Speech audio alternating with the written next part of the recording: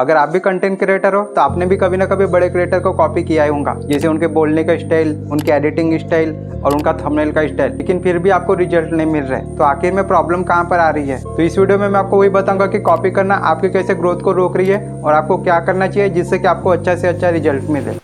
तो सबसे पहले हम समझते हैं कि छोटे क्रिएटर बड़े क्रिएटर को कॉपी क्यों करने लगते हैं। तो क्या इसका कारण ये कि अगर हम बड़े क्रिएटर को कॉपी करते तो क्या हमें उनकी तरह भी रिजल्ट मिल सकते हैं, जैसे उनकी एडिटिंग हो गया, जैसे उनका थंबनेल डिजाइन हो गया, जैसा उनका बोलने का स्टाइल हो गया, जैसा उनका स्क्रिप्ट हो गया। क्योंकि हमें लगता है कि कोई सक्सेस का फार्मूला है जो हमें मिल चुका है, लेकिन असल में हम फार्मूला का नहीं रिजल्ट को देख रहे होते हैं। अगर कोई क्रिएटर है जिसके मिलियन तक फॉलोअर्स है तो हम उसकी आज की स्ट्रेटेजी देखते हैं, लेकिन हम ये नहीं देखते कि उसने वहां तक पहुंचने के लिए कितने सालों तक काम किया। और इसका रीजन ये भी है कि हमें अपनी क्रिएटिविटी पर ट्रस्ट करना हमें मुश्किल लगता है, लेकिन किसी बड़े क्रिएटर को कॉपी करना हमें आसान लगता है। लेकिन यहाँ पर एक सवाल आता है, अगर बड़े क्रिएटर को कॉपी करना इतना ही आसान है, इफेक्टिव है, तो काफी सारे लोग इसके बावजूद भी ग्रो क्यों नहीं कर पाते?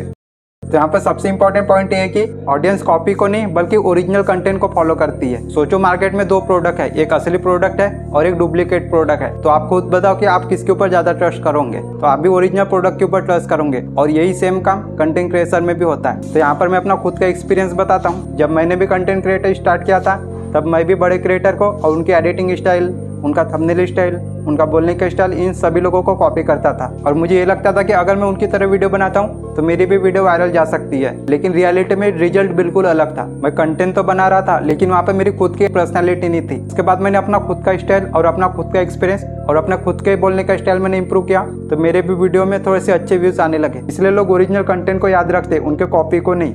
लेकिन इसका मतलब ये नहीं कि हम बड़े क्रिएटर से कुछ सीख नहीं सकते। अगर हम बड़े क्रिएटर को कॉपी नहीं करेंगे तो हमें उनसे क्या सीखना चाहिए?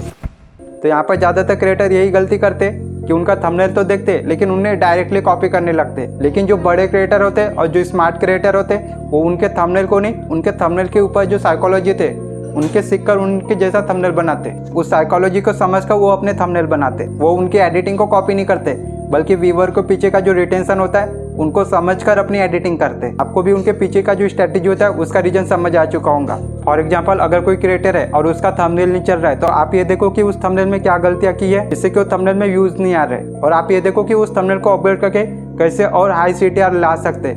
अगर किसी वीडियो का हुक काम नहीं कर रहा है तो आप मत देखो कि उसने क्या बोला है, आप ये देखो कि कैसे उसके हुक को और बेटर किया जा सकता है। आप बड़े क्रिएटर को कॉपी मत करो, आप उनकी स्ट्रेटेजी को समझो। आपने बड़े क्रिएटर को स्टडी तो कर लिया, लेकिन यहाँ पर सवाल आता है कि अपनी खुद की आइडेंटिटी कैसे बनाए। तो सबसे पहले हम ये समझने की कोशिश करते हैं कि यूनिक दिखना मतलब अलग दिखने की कोशिश करना नहीं है। यूनिक होने का मतलब ये कि अपने एक्सपीरियंस और अपने ओरिजिनल जो कंटेंट है उसे कंटेंट में दिखाना, यही यूनिक कंटेंट है। तो यहाँ पर मैं अपना एक एक्सपीरियंस शेयर करता हूँ। तो जब मैंने दूसरों की तरह वीडियो बनाना छोड़ दिया तो मैं उन टॉपिक पर बात करना स्टार्ट कर दिया जिनके बारे में मुझे सच में नॉलेज है, एक्सपीरियंस है, उनके बारे में बात करना स्टार्ट कर दिया। उसके बाद मेरा कंटेंट बनाना भी आसान हो गया और कॉन्फिडेंस भी बढ़ने लगा, और जिस तरीके से मैं बोलता था उस तरीके से अपने स्टाइल में बोलने लगा। तो यहाँ पर अपनी ऑडियंस की रियल प्रॉब्लम को सॉल्व करना है, आपको कंटिन्यूस काम करते रहना है, तभी आपकी यूनिक स्टाइल आपको मिलेंगी। आपकी यूनिक स्टाइल आपको एक दिन में नहीं मिलेगा, लेकिन अगर आप कंटिन्यूस मेहनत करते गए एक दिन आपको आपकी यूनिक स्टाइल मिल जाएंगी। इसलिए बड़े क्रिएटर को कॉपी मत करो, उससे सीखो, उनका एक्सपीरियंस मारो, लेकिन अपने खुद की स्टाइल में बनाओ। थक गया मैं बोलते बोलते, तो यहाँ पर मैं अभी अपना खुद का जो रियल है वो बताता हूँ। तो यहाँ पर मैंने स्क्रिप्ट लिखा था और मैं स्क्रिप्ट लिख के पढ़ रहा था। तो मैं यही बोलूँगा, अगर आपको ये वीडियो पसंद आएगी तो लाइक कर देना। अभी मैं नए बना रहा हूँ। अभी मैं पहले मैं एडिटिंग वाला बनाता था लेकिन अब मैं फेस वाला बना रहा हूँ। तो इसमें ना अभी मेरा स्टार्टिंग है, तो आप देख सकते हो मेरा बोलने का तरीका कितना बेकार है, लेकिन मुझे पता है अगर मैं ऐसा कंटिन्यूस बनाते गया तो धीरे धीरे इम्प्रूवमेंट होगा और मेरे खुद की एक ओरिजिनलिटी होंगी। लेकिन मैं उस तरीके से नहीं बोल पाया जिस तरीके से मुझे बोलना चाहिए था।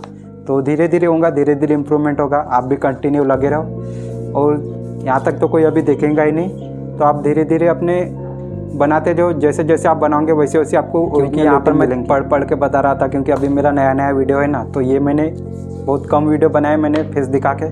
तो अभी स्टार्टिंग में मुझे बहुत प्रॉब्लम हो रही है।